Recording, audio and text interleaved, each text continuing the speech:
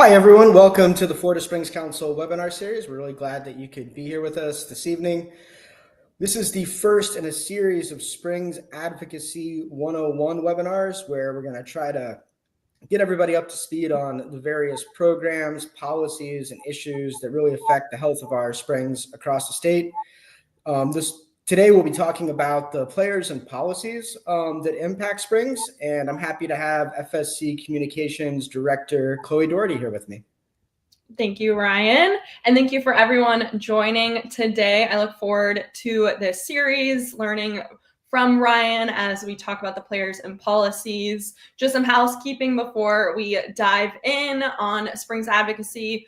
We are live on both YouTube and Facebook. This will be recorded and available to watch after on YouTube under our monthly webinars playlist. So if you have any friends who couldn't join us live, definitely share the link and encourage them to watch the webinar afterward and to look for our Springs Advocacy webinars in the future. If you have any questions throughout the presentation, you can leave those in the comments both on Facebook and YouTube. We will be covering questions and answering some of the questions that we received before the webinar began throughout the presentation. And if we have any questions that pop up that are related to the topics, we'll answer those throughout the presentation. But if we don't get to your question, we will leave time at the end for additional questions as well. So we'll try to cover as much as we can throughout the presentation. And before we begin, we just wanted to give some Springs news updates and catch everyone up on where we are at in our fight to protect and restore Florida Springs. So just last month, FDEP adopted updated BMAPs. Those are the Basin Management Action Plans. Ryan will be covering what that is later today, but that is the state's water quality restoration plans. And they are plans to restore our springs and achieve water quality goals.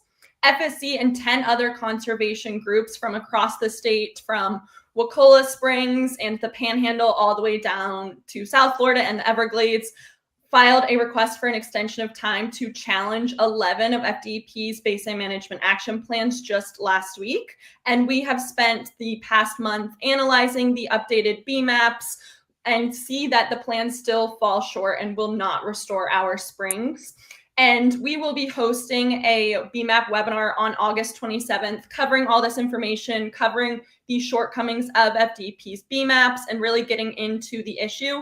But if you are just learning about BMAPs today, I encourage you to visit our website, floridaspringscouncil.org/SpringsBMAPs. We hosted a webinar last year covering the Springs BMAP updates, diving into sources of pollution, and all that information is available on our website, and as well as information on our past legal challenge challenging FDEP's plan. So definitely check that out if BMAPs are new to you or if you are learning throughout this webinar as well.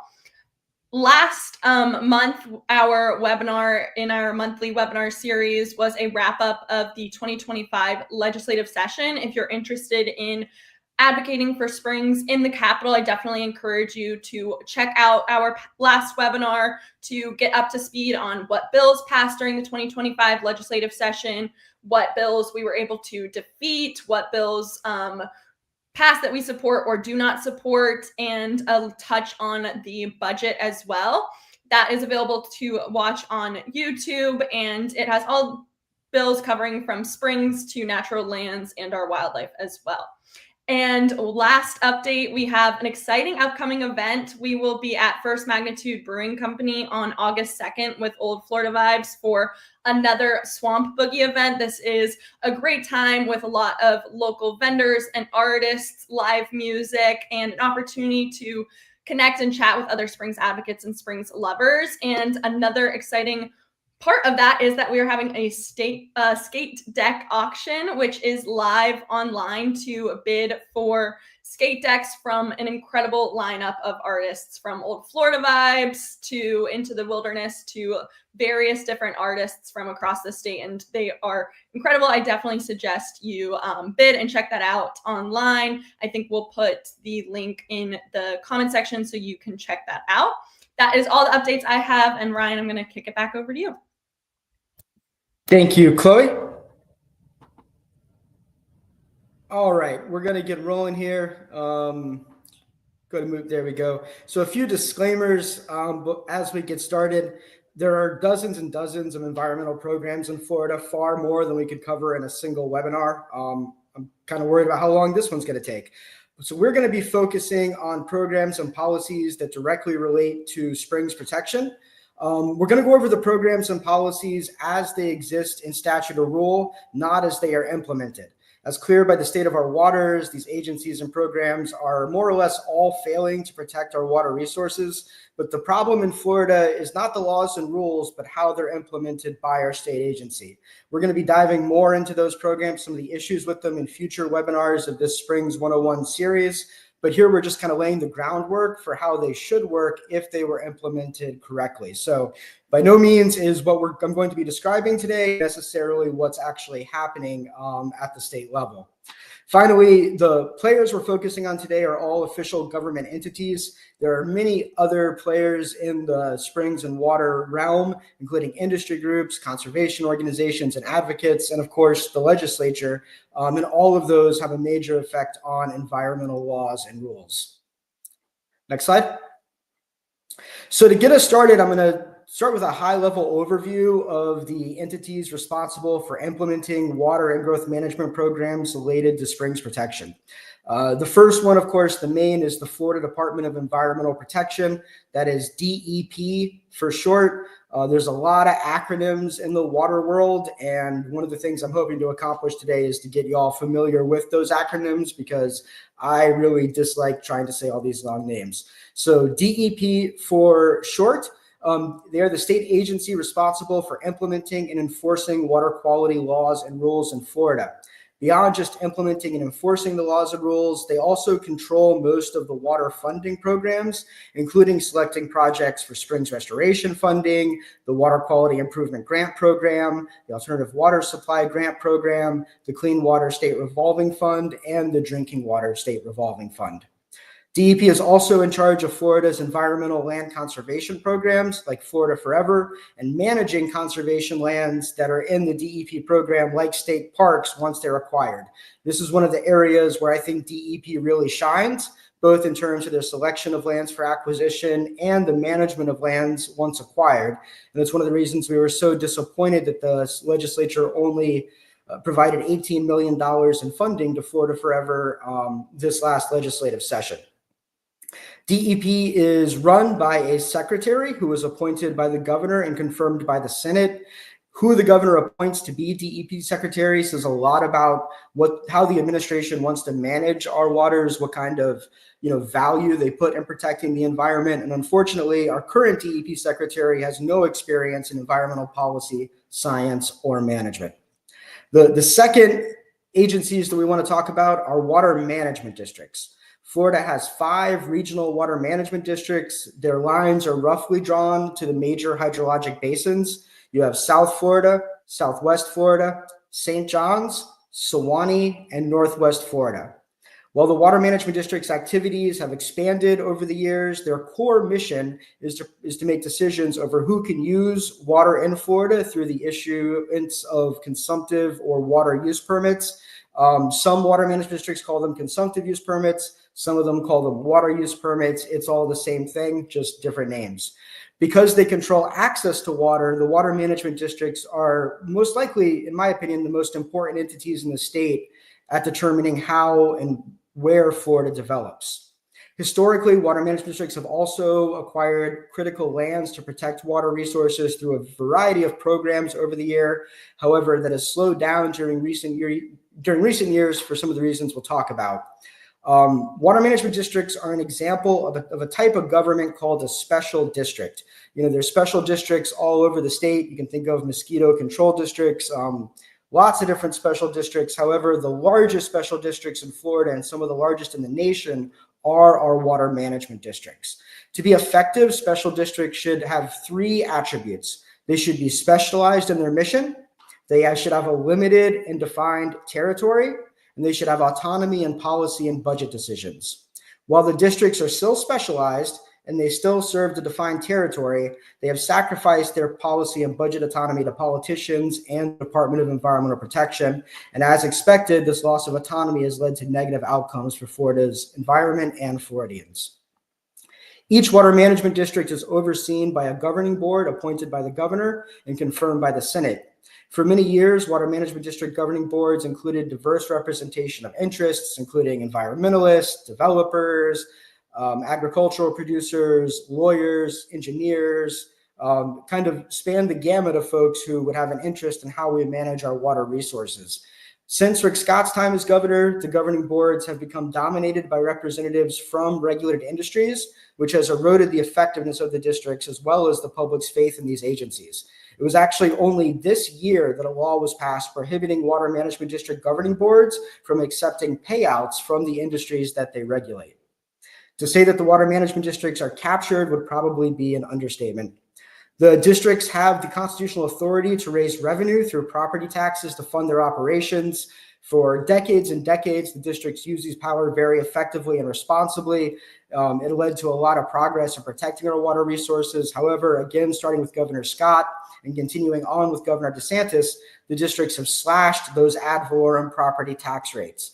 As a result, the districts are no longer able to perform their core functions of protecting water resources from the negative impacts of large water uses. Further, the districts are now reliant on the legislature for appropriations to just carry out their basic functions, which means that in a lot of cases, politics and not science is driving water management decisions. The next agency we'll talk about is the Florida Department of Agriculture and Consumer Services, which is FDACS for short. FDACS is the state agency in charge of supporting and promoting Florida agriculture and regulating agriculture to protect the environment and consumers. As you might imagine, this fox guarding the henhouse approach to regulating agriculture has not been effective in protecting Florida's water resources, and agriculture is by far the leading source of pollution to Florida's waters and the cause of most water quality violations. FDACS also manages the Rural and Family Lands Protection Program, which acquires development rights on agricultural lands across the state.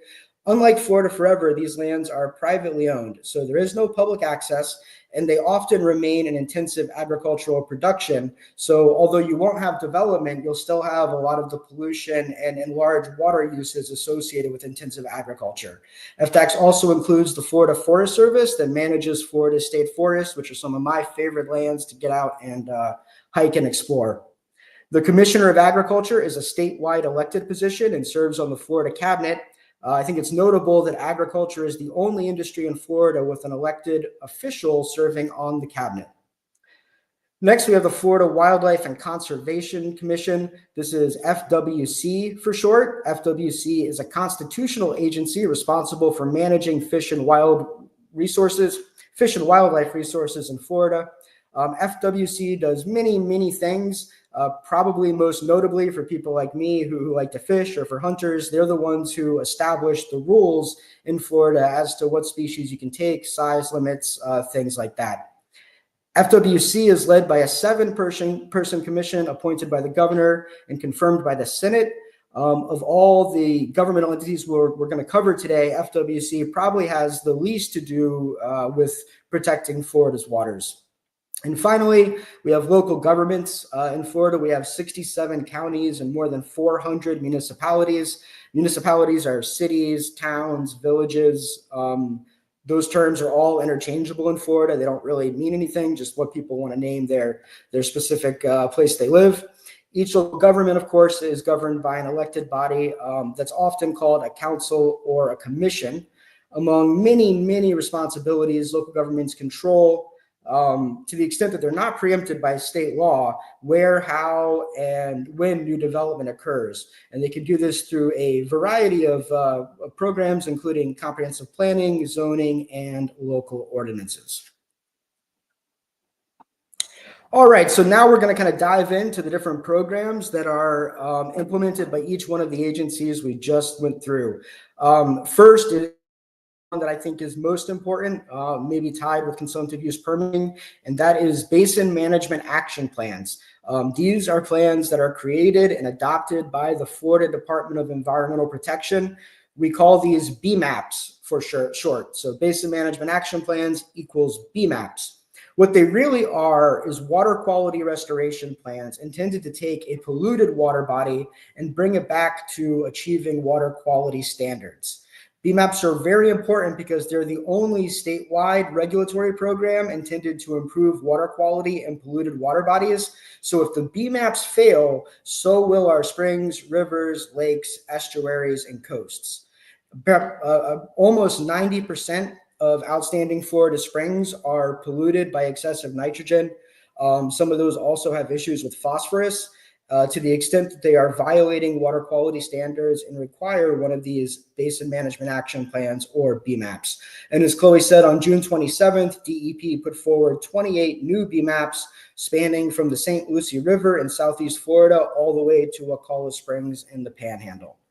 So according to state law, BMAPs must do certain things. First, they have to describe the sources of pollution.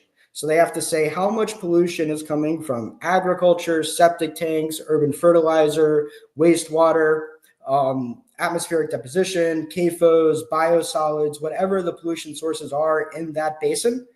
That it has to have they always have a pie chart or some other way of showing where that pollution is coming from. Second, pollution load reductions to those various entities and industries that are responsible for the pollution. This is one of the things that the Florida Springs Council members went to court on back in 2018. We won a victory in the First District Court of Appeals that required FDEP to create these new BMAPs that included allocations assigning responsibilities to local governments, to agriculture, private golf courses, wastewater treatment facilities, etc. The BMAPs also have to have mechanisms to address future increases in pollution. As we know, Florida is growing very fast. We have about 1,000 people a day moving into Florida. Each one of those people is bringing more pollution to the state, whether that's through wastewater, septic tanks, urban fertilizer. We're also seeing the intensification of agriculture. So it's no longer kind of the family farm. Agriculture looks very different today than it did 50 years ago. As that agriculture intensifies, we get more and more pollution going into our water bodies. So the BMAP need to not only plan to reduce the pollution that we have today, but they need to plan to reduce the pollution that we're going to have 20, 25 years out. Each BMAP is required to include 5, 10, and 15-year milestones that track progress along the way to achieving water quality goals, and a list of projects and policies that at least get us to the first 5-year milestone. In the Basin Management Action Plans, the DEP just put forward on June 27th, the goal is to achieve a 30% reduction in pollution by 2028. So 3 years to reduce 30% of the pollution. If septic tank and wastewater pollution is responsible for more than 20% of the pollution going into the springs, each Basin Management Action Plan is required to include either a septic or wastewater remediation plan. This kind of contains two elements. On one, it's a part of the plan that's adopted by the Department of Environmental Protection. Those things could say no new septic where they're on lots of any size where central sewer is available. They could say no new conventional septic tanks, regardless of whether conventional sewer is available. They could require the use of advanced septic tanks that have nitrogen reduction properties on either lots of less than 1 acre or on all lots. So each one of those plans is kind of tailored to the Basin Management Action Plan. Those plans are implemented by the local governments who have to submit their own plan for what projects they will undertake to be able to reduce their pollution from septic or wastewater down to the point where we're achieving water quality standards, or at the very least hitting that 5-year milestone of 30%. In our more rural areas where agriculture is the main source of pollution, specifically where agriculture is responsible for more than 20% of pollution, they also have to include what's called a cooperative agricultural regional water quality improvement element. That's a mouthful. DEP has shortened that down to the acronym ACE. This is the first time that we're seeing those kind of plans and elements included in the Basin Management Action Plans. that was required by a 2023 law, and is something that we've pushed for so that we can be making progress not only on the wastewater septic side of things, but also on agriculture, which is really the larger problem and the harder one to fix. So there's certain requirements that are within all basin management action plans all around the state. All agricultural producers are required to enroll in best management practices. A little bit later, we will talk about what best management practices are.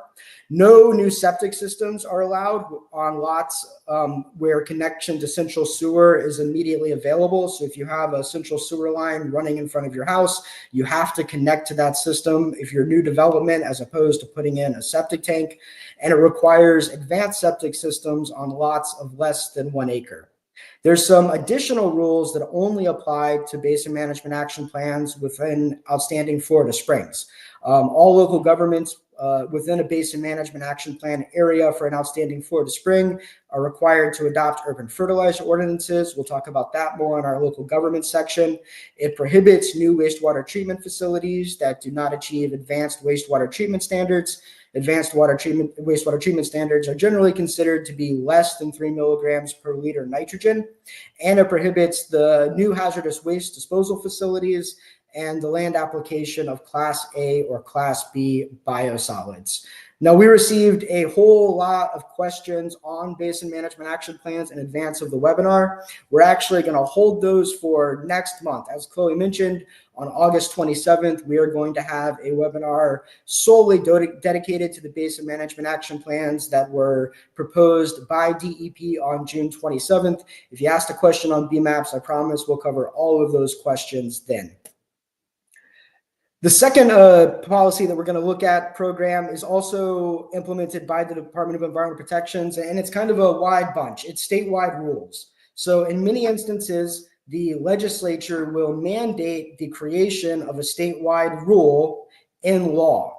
And when that happens, it's up to the Department of Environmental Protection to actually draft and adopt those rules.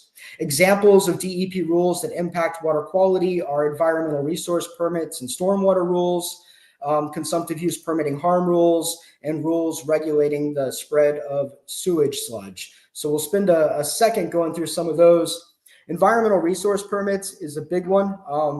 They are to regulate activities that impact surface waters. You know, when we talk about springs, a lot of times we're more concerned about the aquifer, but these ERPs, as they're known, they are handed out by DEP or a water management district under DEP's rules, and they deal with things like stormwater systems, dredge and fill permits, solid hazardous and industrial wastes, dry cleaners, gas stations, mining, natural gas, oil production and distribution, all the way to docks and boat ramps. So more or less anything you can think of in the state that could have an impact on surface waters requires one of these environmental resource permits, and those are handed out based on rules adopted by DEP, even though some of the permits are actually issued by the water management districts. Second is sewage sludge. This is euphemistically referred to as biosolids by our state and agency groups, but it is the waste that is pumped out of your septic tank. This is some incredibly disgusting stuff, and it is typically disposed of by applying it to the land and then allowing it to leach into the soil and water. To dispose of sewage sludge requires a permit from DEP, and rules adopted by DEP largely prohibit the land application of biosolids or sewage sludge in South Florida. So all of the stuff pumped out of people's septic tanks down in South Florida, you know, if it's not run through a wastewater treatment facility down there, it is shipped up into Central and North Florida and spread onto the ground here, adding to our water quality problems. And as previously discussed, and I know we've talked about the DEP harm rule that is currently in litigation, led by the Florida Springs Council. DEP has proposed consumptive water use permitting rules that are applicable near outstanding Florida springs that would have to be implemented by 4 of the 5 water management districts. As I said, these rules are currently being challenged by FSC. If you have questions about that, we have a whole previous webinar talking about the harm rule and why we have concerns with it and the 8-year battle that we had just to get DEP to propose those rules, which have been required since 2016. So Chloe, do we have any questions related to DEP's statewide rules? All right, doesn't look like it. Okay, the next agency we're going to talk about are the water management districts. And the main thing that water management districts do is to issue water/consumptive use permits. So again, a water use permit, consumptive use permit, same thing, just depends on which water management district is issuing it. To use more than 100,000 gallons of water per day in Florida requires an entity to go and get a consumptive or water use permit from the water management districts. To receive the permit, an applicant must meet what is known as the three-prong test. So first, the permit has to be reasonable and beneficial. Reasonable in that it is not using more water than is necessary for whatever it is you plan on doing. So if you're serving if you're a water operator and you're serving a community of 10,000 people, you don't need a permit that would provide water to 100,000 people. That would not be reasonable. Beneficial, the way it's interpreted by our state agencies, essentially just means that someone is making a profit off of the water use, right? So if you wanted to take the water out of the aquifer, put it into a big pool and let it evaporate, that would not be beneficial. Therefore, they could deny the permit for that reason. The second prong of the test is that it does not interfere with existing uses. This is kind of a holdover there's two different types of water management really in America. You have one that's the riparian system, which is kind of what Florida is based on, and one that's called prior appropriation. When it comes to our groundwater resources, which is largely what we worry about when we're talking about water withdrawals, taking water away from springs, the Florida aquifer is so big and you can put a well so deep that I can't think of a time when a consumptive use permit has been denied for groundwater because it interferes with existing use. But if you think about surface water, if you were taking so much surface water that someone downstream from you would not have access to the water because you had sucked it all up, in that case, DEP could, the water management districts could deny the permit for interfering with an existing user. The final prong is that the permit must be in the public interest. Now, when these rules were initially developed, this was intended to capture all of the additional concerns. This is intended to protect the environment, to protect our species, to protect recreational values, fishing, habitat, all of those things. Unfortunately, this third prong has kind of been abandoned by the water management districts. So, if you think about this as a three-legged stool, we've lost one of the most important legs, which is one of the reasons why our consumptive use permitting programs are not working. All the water management districts have rules that prohibit the issuance of a water use permit that causes harm to the water resources, including harm to off-site land uses, water quality impacts, saltwater intrusion, and harm to natural systems due to reduced flows or levels. Additionally, the districts are authorized to reserve water from use, even from existing consumptive use permits, for the protection of fish, wildlife, or public health and safety. So if you're in a situation where significant harm is occurring to our environment or the public health and safety is at risk, the water management district can not only put a prohibition or a moratorium on new permits, but they can actually go into those existing permits and claw back some of their allocation, some of the water that they've been authorized to use in the past in order to cure those problems. Again, not something that we've seen put in effect for many decades. In 4 of the water management districts containing springs, a permit has not been denied for the potential to cause harm to the water resources in over a decade. Chloe, do we have any questions about water management districts and consumptive use permits? How can we fight the permit for Nestle removing 1 million gallons of water from our springs? Who specifically? So the WHO is the Suwannee River Water Management District. They are the agency that issued that permit. Unfortunately, that permit was issued, so there isn't much that we can do about it today, the permit will have to come up for renewal at some point. And again, that permit could be contested at that point.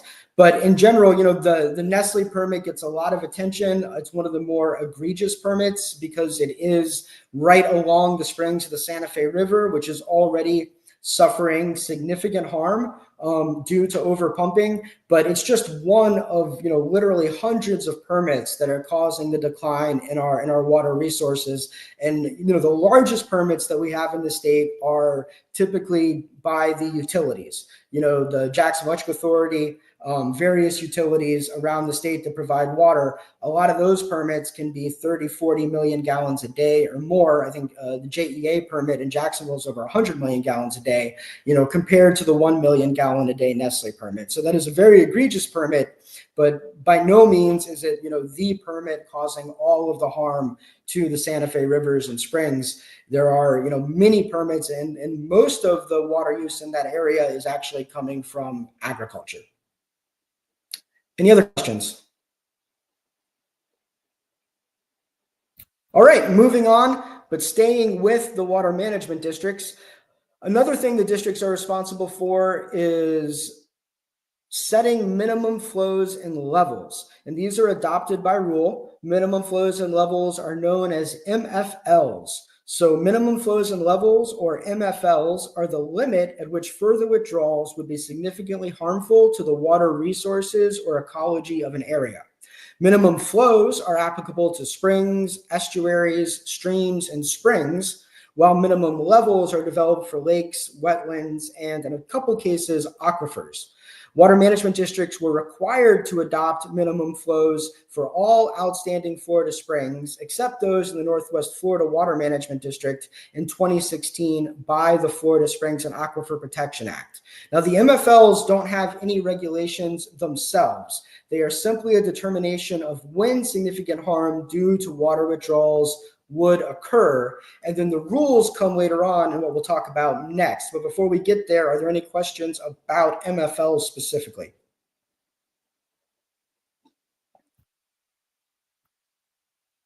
If a water body was on the priority list for MFLs and then removed, is there a way to access the studies and justify the removal without paying large sums of money for public records? Yes. One of the good things about MFLs is that each MFL has to be peer reviewed. Now, unfortunately, the districts don't always listen to the peer reviewers, but they basically they assign 3 scientists to look at the MFL and to make they write a very detailed, concrete paper that is available. It's online. You don't have to do a public records request. You could, if you want to find the one for the Santa Fe River, you can Google Santa Fe River minimum flow and level, Suwannee River Water Management District, something like that, and it'll take you to a website, and you can see the MFL document as well as the peer review report. Unfortunately, as I said, the districts don't always listen to the peer reviewers. One of the big concerns that we have for the Santa Fe MFL, which there's someone in the chat mentioned, there is actually a meeting on Friday at the Suwannee River Water Management District hosted by DEP about the Santa Fe River MFL. But the state law requires that MFLs are set for the springs, not just the rivers. So you need a riverine MFL to ensure that the rivers are not suffering significant harm, but you also need individual spring MFLs to make sure that the springs are not suffering significant harm. And one of the things that the peer reviewers on the Santa Fe MFL pointed out was that because there are no springs MFLs that are being proposed, all of the MFLs are in the river, you could be meeting the river MFLs while still seeing significant harm to the springs. And that was something that was called out by the peer reviewers, but the districts just kind of ignored them and went on their way.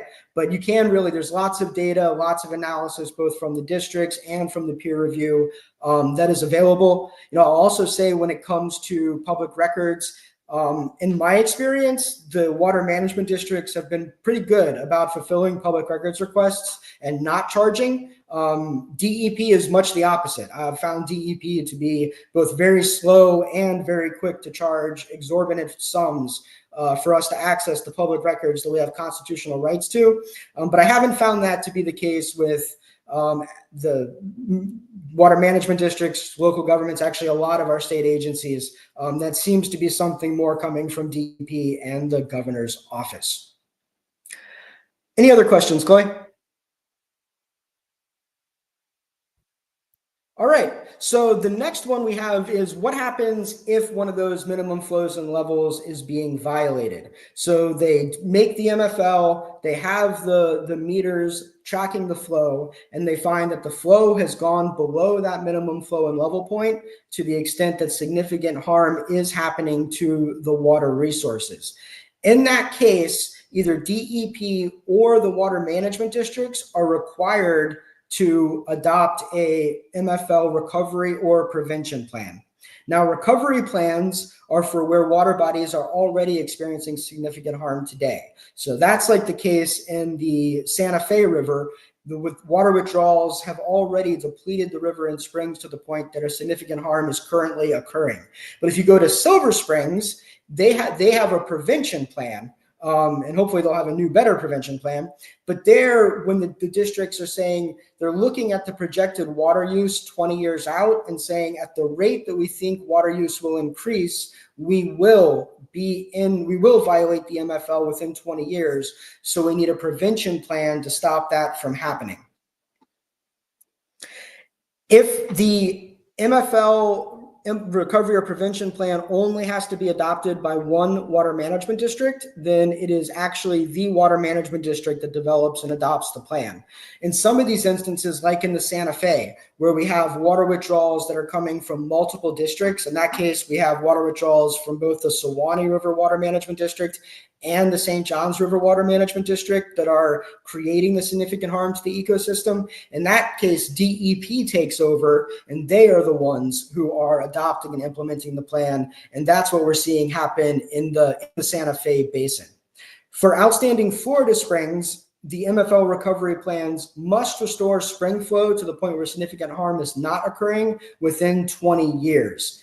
And these recovery or prevention strategies can include a combination of regulatory measures, like stronger rules for water use permits and requirements for existing users to offset their harm by reducing water use. It can be water conservation easements or water resource development projects to make more water available.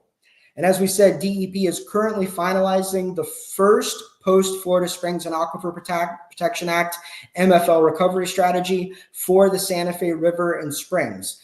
We actually just got a copy of that draft plan this week, and been looking at these plans, working on them for 4 or 5 years.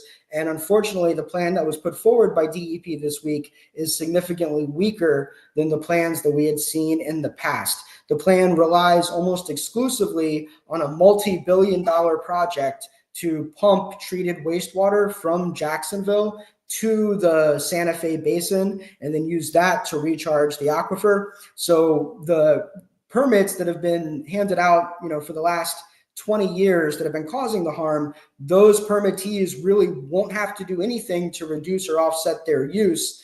They're just kind of grandfathered into the program while this major pipeline project, if it is ever completed, comes to fruition. Any questions on MFL recovery plans, Chloe?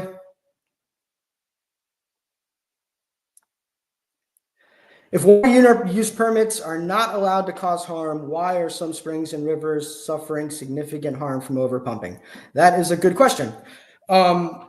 The problem is that even though it's very clear in the rules that consumptive use permits are not allowed to cause harm, even after our agencies have determined that significant harm is occurring, we continue to hand out those permits without any offsets and really any regulations. So that harm is really kind of being ignored in the idea that we'll make it up sometime in the future through some project like the JEA project that I was just discussing. So obviously, if our governing boards had not handed out, the water management district governing boards had not handed out permits that cause harm, it would not be possible for the water bodies to be suffering significant harm due to too many withdrawals. But that's the situation we find ourselves in. Any other questions, Chloe? All right, moving on to the Florida Fish and Wildlife Conservation Commission. FWC does many important things, but when it comes to springs, the main one is springs protection zones. So in 2020, the Florida legislature passed a law allowing FWC to adopt springs protection zones specifically to prevent harm to springs and spring runs from boating, anchoring, mooring, and beaching, which includes the restriction of speed and operation of boats. This was kind of a missing piece to the puzzle before this was done. We had policies to address water use, we had policies to address water quality, but we didn't really have anything that could be done outside of our state parks and areas that are actively managed by the state to address recreational impacts.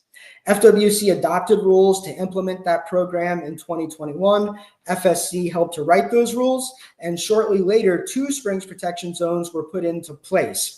One of them for a very small spring called Nickel Spring, and one much larger and more important one for Weeki Wachee Springs and River. I think that was a major accomplishment, and Hernando County deserves a lot of credit for pushing that across the finish line, being a local government that has been dedicated and continues to be dedicated to protecting their water resources.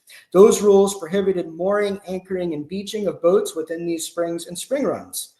Local governments and local advocates and even some government agencies have been pushing for more springs protection zones. Some of the places that come to mind are the Ichetucknee, Rainbow Springs and River, and Silver Glen, which was a springs protection zone that was on the verge of being adopted. However, during the 2025 legislative session, the lawmakers reversed course. They changed the law to make it nearly impossible to meet the criteria to adopt a springs protection zone.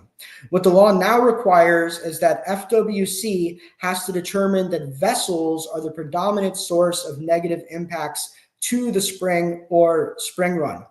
And that's a really hard thing to do because, as we've been talking about, we have so many different ways that our springs and rivers are being threatened. We have too much pollution, which leads to algae and the loss of submerged aquatic vegetation. We have too many water withdrawals that reduce flow, which both allows that algae to stick on the plants and also reduces the ecosystem habitat for those plants to exist. And then you have the recreational harm that's occurring from boating, people stomping through the springs, fens, whatever it may be. So it's not really possible that I can tell from a scientifically defendable, legally defendable perspective to say this is, 52% of the damage to the spring is being caused by recreation, because all those factors are coming together to lead to the degradation that we're trying to solve. Any questions on springs protection zones?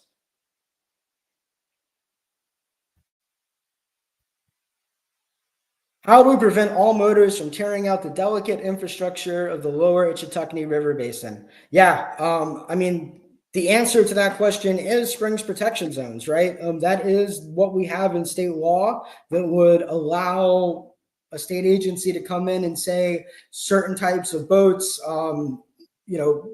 jet skis, certain speed limits, whatever it is, are prohibited in an area. I know the folks in Ichetucknee have been working really hard for years to get one of those springs protection zones established. I think it's going to be harder than ever to do that now under the changes to the springs protection zone law that were made this session. One of the goals that I have for the 2026 legislative session is to try to reverse that.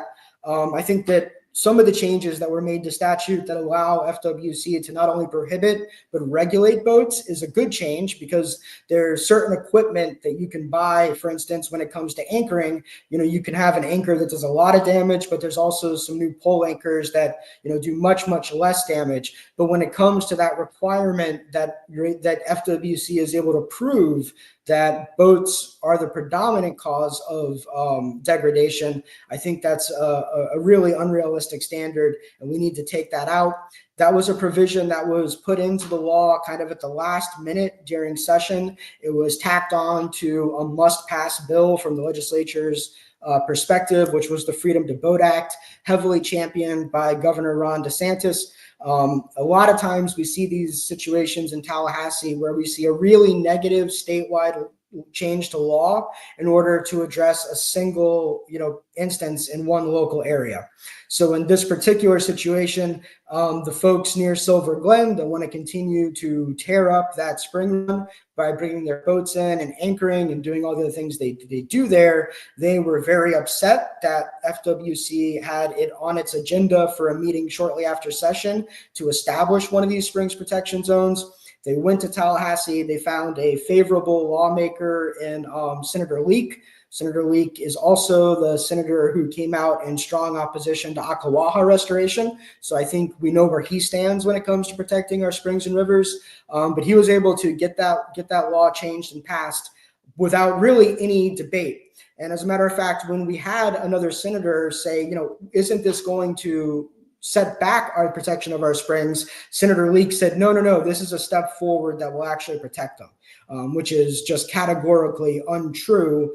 And when you're looking at the last day of session, you've got 50 or 60 bills coming up, totaling thousands of pages. Most legislators are just going to take their colleague at his word. And I think that's part of why this was able to pass. We need to really shine the sunshine on that law change and convince our legislators to go back to a more reasonable approach. And I think the fact that we have so many constituents around the state that want to see these springs protection zones enacted is going to give us a lot of momentum to get that done. Any other questions? Okay, moving on to the Florida Department of Agriculture and Consumer Services. This is FDACS for short. And the major thing FDACS does when it comes to water quality is they are responsible for creating, enrolling producers in, verifying, and enforcing best management practices. So we have Basin Management Action Plans, which are BMAPs, and we have best management practices, which are BMPs. And BMPs are practices that agricultural producers are required to follow within Basin Management Action Plan areas in order to protect water resources. BMPs are adopted by rule, and they can include limits on fertilizer application, common sense things like fencing off sinkholes from cattle, the use of cover crops, and many other practices that are designed to benefit both the producers and the environment. If an agricultural producer in a BMAP chooses not to implement a best management practices, they are required to conduct water quality monitoring to ensure that their practices are not causing harm to the water resources. To date, no producer in Florida has chosen water quality monitoring over implementing best management practices. Best management practices are required by law to reduce nutrient pollution to the point that agriculture is not causing violations of water quality standards. In exchange for implementing best management practices, producers are granted a presumption of compliance with all water quality laws, and for at least the next 12 months, they are also presumed to be in compliance with all minimum flow and level recovery or prevention strategies. That's something that was snuck into the budget implementing bill literally 50 days after session ended, put into a must-pass bill, never heard in committee, never debated, not one single vote on that outside of passing the budget, which is something that the legislature has to do. FDACS is responsible for adopting the BMPs. They're responsible for enrolling producers into BMPs and verifying that the BMPs are being implemented as described in the rule. Since the Clean Waterways Act, which was passed in 2020, FDACS is required to conduct an implementation site visit for each and every producer in the state enrolled in best management practices at least every 2 years. And those best management practices are adopted by reference into the Basin Management Action Plans. Any questions on best management practices? All right, and final entity we're going to talk about, and we could have a whole webinar series just on this, but we're going to talk about it very briefly, is local governments. Every local government in Florida is required to adopt a comprehensive plan which provides the foundation for land use decisions within its boundaries. Comprehensive plans determine what kind of land uses are allowed in certain areas. For instance, you could be having residential, industrial, commercial, agriculture, or conservation. And they also can talk, decide the density of the development, whether or not the development requires wastewater, being connected to central wastewater or septic tanks allowed. Anything that has to do with how a local government develops that has not been preempted by state law is at disposal to the local governments to incorporate into their comprehensive plans. And of course, all comprehensive plans are not equal. We have some local governments that have really good comprehensive plans that are designed to protect rural areas, protect our natural environment, make for livable, walkable communities. And we have other comprehensive plans that don't do any of those things. Some local governments like Orange County have established rural boundaries to prevent urban sprawl, direct development into already developed areas, and protect rural areas and critical environmental resources. Right now, there was a bill passed last session, Senate Bill 180, that developers are trying to use to get rid of things like these rural boundaries that have been recently adopted. Orange County voters overwhelmingly voted in favor of both their Vision 2050 plan and the rural boundary in a recent election. Developers were trying to force them to scrap those protective policies, threatening lawsuits, and very excited that Orange County rejected that and said, basically, take us to court. We are going to follow the will of our voters. Comprehensive plans include a future land use map that is the long-term vision for the community. And then the zoning rules really implement what's in the comprehensive plan. So the zoning rules have more of the ground level requirements for what is and is not allowed within a certain type of land use that's defined in the comp plans. Any questions on those, Chloe?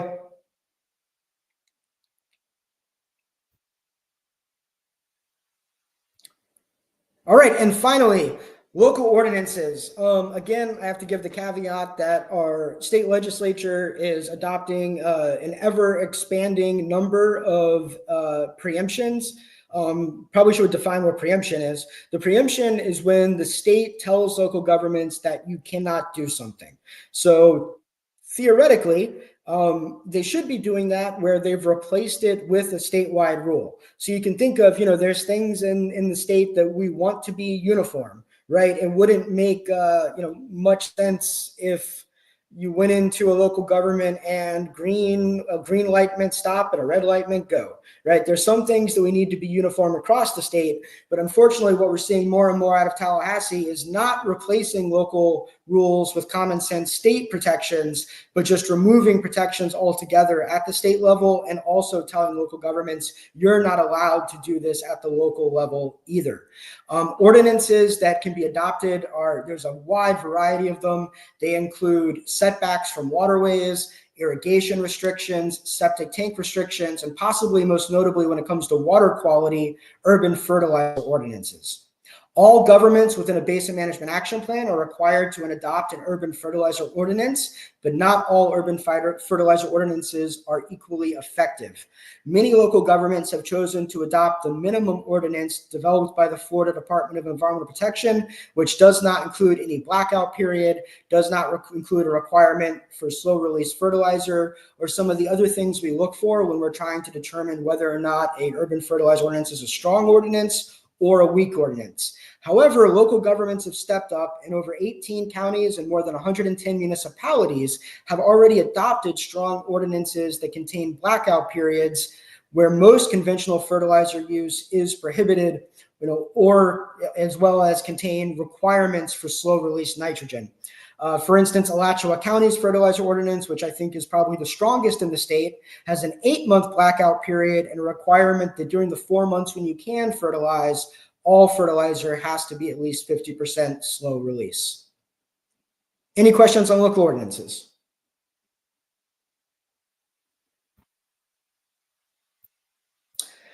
Why can a rainy season fertilizer use restriction ban not be put into effect in all counties that have topography that is part of the vast Rainbow River and Silver Springs Group's drainage basins? There is no reason. They absolutely can be put into place.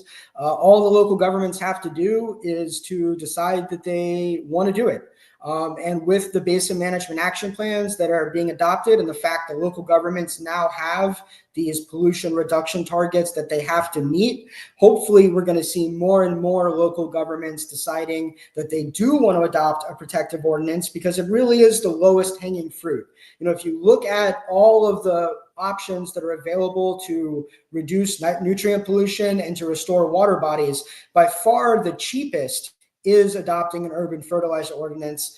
Again, Alachua County not only has a great ordinance, but they have done a lot of research to support the effectiveness of that ordinance, including using an economic firm to look at what the cost of enforcing and those ordinances are. So basically, how much does it cost from an ordinance to remove 1 pound of nitrogen from the aquifer? And I don't remember the number off the top of my head, but it was definitely less than $20 a pound. By contrast, if you read the literature overall, it's assumed that it's going to be about $400 a pound to remove 1 pound of nitrogen from going into the aquifer. But when we actually look at the projects the DEP has been funding, it comes out to closer to $2,000 a pound. To remove 1 pound of nitrogen is costing taxpayers up to $2,000. And that's because when we rely on infrastructure projects like building new wastewater treatment facilities, upgrading septic tanks, hooking up properties that are on septic tanks to conventional to advanced wastewater treatment, those are very expensive, big projects. We can get a lot more bang for our buck by enacting these strong urban fertilizer ordinances. In no situation is an urban fertilizer ordinance going to solely resolve the problems with water quality, but they're a really important step in that direction. And I think we're seeing some really good progress. Hernando County a few years ago adopted a strong urban fertilizer ordinance. There was a push last year to try to roll back that ordinance and make it less protective. Really thanks to local advocates there in Sierra Club, that was defeated. And then just next Tuesday, Citrus County, for the first time, is going to be considering whether or not to adopt a strong urban fertilizer ordinance in Citrus County, which of course would benefit the springs around there, including actually it is Weeki Wachee, but more specifically Chaz, Homosassa, and Crystal River. So, one of the benefits of these basin management action plans and having allocations, having mandatory pollution reductions, hopefully we can move more local governments and give them an incentive as to why they should adopt these ordinances. All right, so now we're going to move on to some of the questions that have been submitted during the webinar. Where do you find individual basin management action plans? That is a great question. I think we have a link right there. So if you can't copy that link, if you were to Google Basin Management Action Plan Florida 2025, you will come to a page, click through that page, and you'll get to a list of all 28 of the Basin Management Action Plans proposed in June by DEP. Where do we find progress reports on BMAP and minimum flow and level implementation? So without endorsing the credibility of the reports, because for instance, when it comes to BMAPs, one of the things that you'll notice when you go to this report is that it only looks at the amount of pollution reduced, and nowhere does it actually look at the new pollution coming into the system or how water quality is actually changing based on the goals established in the BMAPs. But the legislature does require DEP to publish a statewide annual report. We call that the STAR report. You can find that by going to that link or by Googling Department of Environmental Protection 2024 statewide annual report or STAR report. It'll pop right up. They actually have a really nice, innovative webpage, kind of a GIS map system that you can click through, see the BMAPs for what's going on. Does the Florida Springs Council work with other groups focused on improving water quality? Yes, all the time. That's really why we're the Florida Springs Council, because one of our founding principles was the idea of bringing together specifically all of the Springs groups. There's lots of individual Springs groups across the state: Friends of Aquifer River, Rainbow River Conservation, Friends of the Wakulla Springs Alliance, Chetuckney Alliance, our Santa Fe River. Each one of these was really dedicated specifically to just protecting their spring system. So, didn't have the statewide resources, and FSC was really designed to bring all of those groups together. Since then, we've really expanded, and now we're working closely with groups all across the state that are trying to protect water resources. As Chloe mentioned earlier, we submitted a request for an extension to challenge the Basin Management Action Plans that were adopted by DEP. That was a letter that included 10 other groups, ranging from Florida Oceanographic Society down in Martin County, Colusa Waterkeeper over in the Colusa Basin, all the way up through the Springs and to St. Johns River, and then over to the Panhandle with Wakulla. So we try to work with other groups as much as we can. We try to especially work with other groups during legislative session when, being in lockstep together, advocating for the same principles and bills is really effective in trying to counter what, some of the other folks who are more concerned about the commodification of Florida's environment are trying to do in the other direction.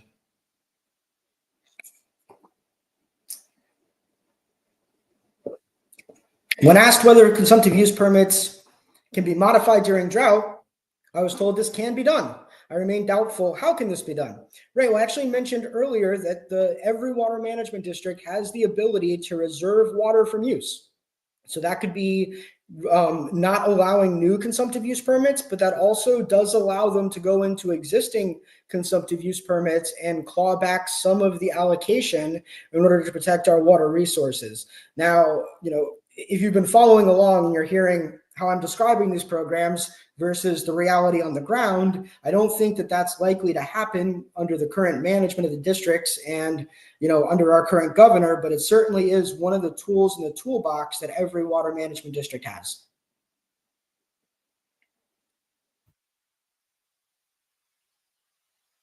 Great question, Rick. Suwannee River Water Management District has a public meeting this Friday to discuss FDEP's proposed MFLs for the lower Santa Fe, Chetuckney, and Priority Springs. Do you have any suggestion for us attending as what to argue? I touched on this a little bit briefly, but we've been working on that specific MFL recovery plan at least since 2021. Met with DEP multiple times. We've submitted multiple comment letters and suggestions. The plan that we'd seen up until this week was pretty good for what you would get from the districts. It set the baseline water use at the average use between 2014 and 2018, and basically told all of the permittees that whatever you're doing above that use, that level of use that's causing negative impacts at the MFL compliant points, so where they measure the river flow to determine whether or not significant harm is occurring, you would have to, over some period of time, offset that use. And that could be done through a variety of ways. My favorite way, and a way that we argued for and have had in an earlier draft, was that, a big utility like GRU could go in and buy out some other consumptive use permits much closer to the spring and river system. And because those permits were actually closer, you would have a large benefit to the springs and rivers at the compliance point, right? So you could, X gallons saved there could potentially allow a utility to pump much more water where they're pumping from further away from the springs. That has been completely taken out. So now any use up to 2025 demonstrated demand. So demonstrated demand should always be higher than actual use, because you shouldn't be able to get a permit for more than your demonstrated demand. So every permit that has been issued up through 2025, whatever their determined demand is, that is now more or less baked into the equation. And the hope is, and I think it might be a pipe dream, excuse the pun, is that we're going to pump 40 million gallons a day of treated wastewater from Jacksonville over to the Santa Fe River and put it into the water there. Now, that project, when it went through the legislature, it's never been funded, but there was a law that was passed this year to allow that project to be submitted. All utilities are required to stop non-beneficial discharges to tide, so they can no longer, in JEA's case, just take their treated wastewater and shoot it into the St. Johns River. They have to find some use for it. That project a few months ago was estimated to cost $800 million. In the MFL documents that we reviewed this week, the cost is now up to $1.1 billion, which does not include the cost to acquire the land, the cost of an easement running approximately 80 miles from Jacksonville over to the Santa Fe, the cost of engineering, or the cost of operation and maintenance. So I think it's fair to say this could likely be a multi-billion-dollar project. An amount of money we've never seen spent in this area for a project that of this scale that has never been done.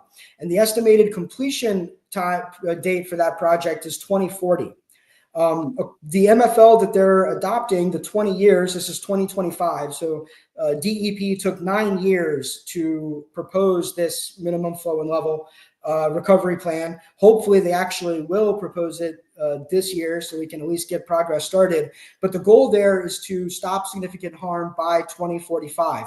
But by putting a lot of our eggs in that one project basket, we're kind of just saying we're going to continue to experience significant harm, and we're going to see that significant harm get worse over until 2040.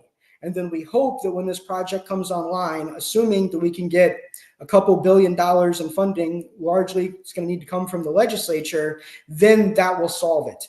And I think that that's a really scary approach, to put all of your eggs in one basket on a project that as of right now has no dedicated funding source. When you go to the MFL document and it says where the funding is going to come from, it just says TBD.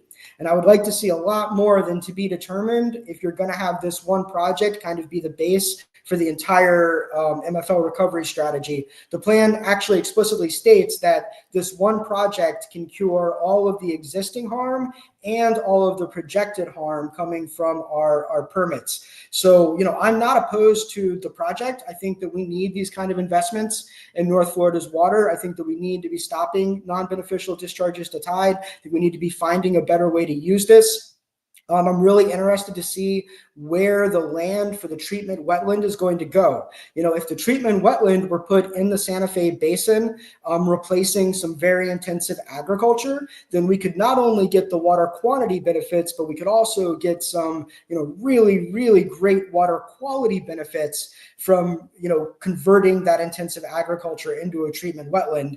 But again, according to the plan, where that wetland will be is still to be determined. So there's a lot of questions. I think it's a good project, but I'm very concerned with how it's going to be, how the MFL is really relying on that project so heavily.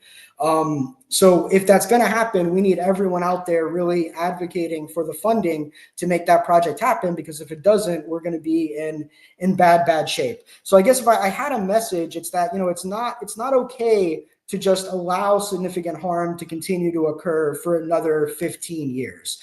When the legislature said we need to reach stop significant harm within 20 years, I think the idea, and it's actually in there with these implementation goals, is that they would be able to get 30% of the progress, much like the Basin Management Action Plans. So much progress within 5 years, so much within 10, 15, and then finish the job by 20. I think putting it all off until 2040, continuing to allow our springs and rivers to suffer significant harm while we get this done, is not the right way to go about it.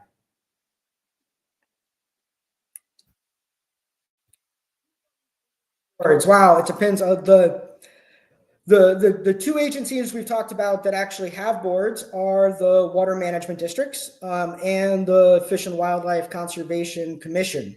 The one that I track much more closely is the water management districts. As I said earlier, back in the day, it was an incredibly diverse group of people. I used to work for one of my heroes, who was Nathaniel Reed. Nathaniel Reed is responsible for the Endangered Species Act, and then came back to Florida and was the chair of the South Florida Water Management District for a very long time. At the same time he was chair, the vice chair was Bubba Wade, who was the executive vice president of U.S. Sugar. So you would have all the interests in the room, and they would have to work things out for the benefit of both the economy and the environment. We've really gotten away from that.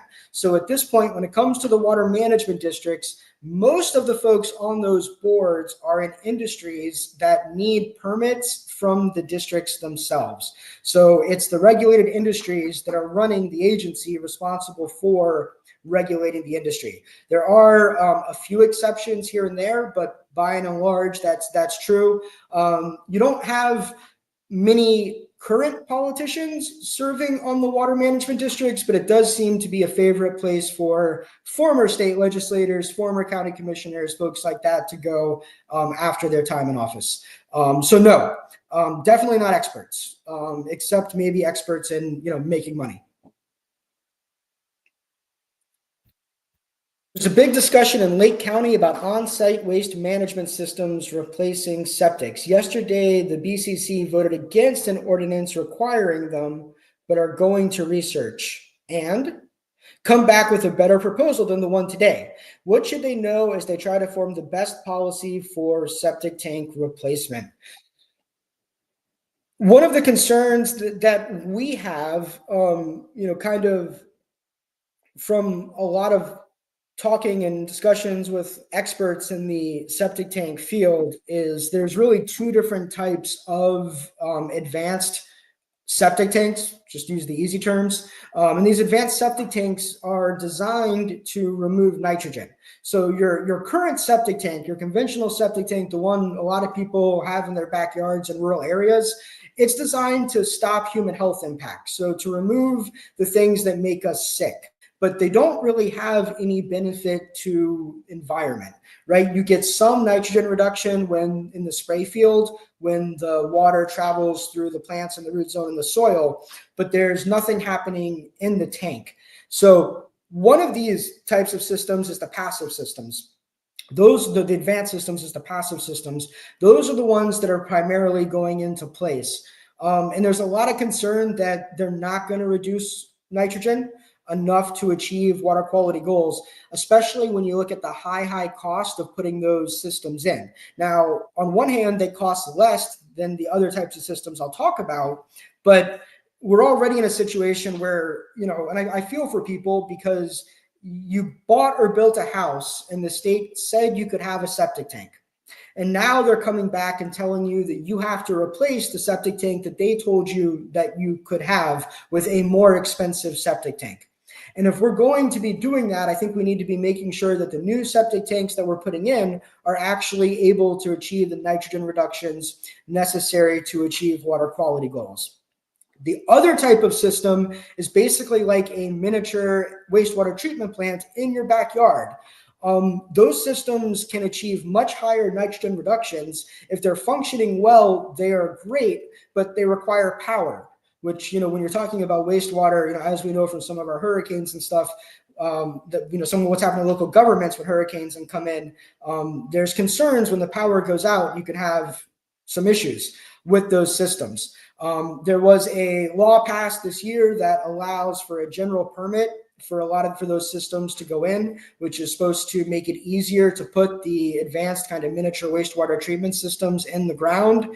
But I think when it comes to doing this, the main thing is to be targeting the systems that are having the greatest impact. So looking at the systems that are having the most impact on our springs and remediating those systems first, because we don't have nearly enough state money to do this. I was looking at these basin management action plans. The springs get $50 million a year from the state to do restoration and protection projects statewide. And if you very conservatively do the math on just what it will take to deal with septic tanks, only in the Rainbow and Silver Basin, that is $1.5 billion. So we don't have nearly enough funding coming to our springs to actually have state money to pay for this, which means that cost is going to largely come back on local governments and homeowners. And in some of these areas, replacing a $15,000, $20,000 septic tank just might not be in the cards for everyone. So I think we need to be doing a lot more to connect the most urgent and critical areas to central wastewater and not just rely on septic tanks. If you connect, if you connect a property from septic to advanced wastewater treatment, you can get 90-95% reduction in nitrogen. Now, that's not going to be possible everywhere. In some of the very rural areas, it just doesn't make economic sense to run the lines all the way out there. But where it's possible, we need to be doing that, and then we need to be helping the utilities to be able to increase their capacity so they can take the additional loading coming from those septic tanks. And I would need to dive more into Lake County to give you anything more specific than that, but I know this is something that local governments all over the state are dealing with, particularly as these new basin management action plans come online. That, the Rainbow Silver Basin Management Action Plan requires every single conventional septic tank in the entire basin to either be replaced by an advanced tank or connected to central sewer. And again, the cost of that is just going to be outrageous. How do we hold them accountable? Well, I would like to say that get involved in the Florida Springs Council. I mean, this is what we're working on day in and day out, whether it be in Tallahassee through legislative session, through our work in court, our work in local governments to try to get stronger urban fertilizer ordinances, our work to fight inappropriate developments in spring sheds. And then secondly, vote. Vote for people that value water. Vote for people that value protecting our water resources.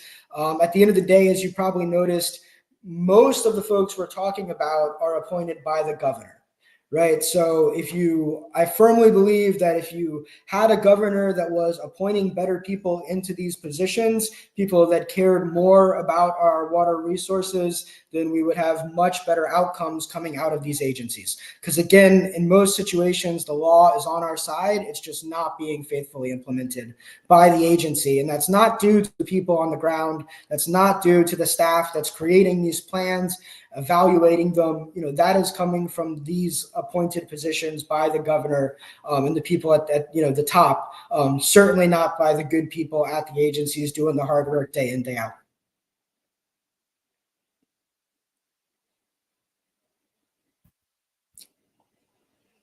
I think we already did that one. Okay. All right. Thank you all for all of the questions. Thank you all for being here. I saw a question on the chat. This is recorded. You will be able to watch this again and again if you would like on YouTube. And if you know people that you think are very interested in this and could use this primer, please feel free to share it far and wide. We put in a lot of work to doing these, and we'd love to have as many people as possible see it. You can text FSC to 844-722-3080 to sign up for our mobile action alerts.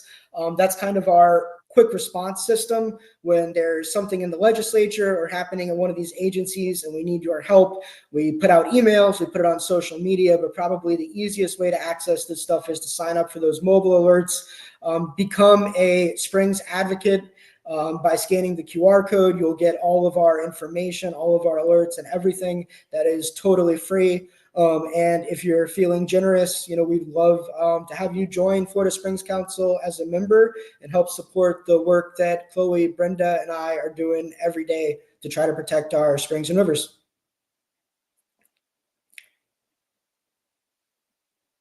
And I think that's the last slide. All right. Well, thank you all very much for being here, and we will see you on August 27th for our webinar on Basin Management Action Plans. Have a great night.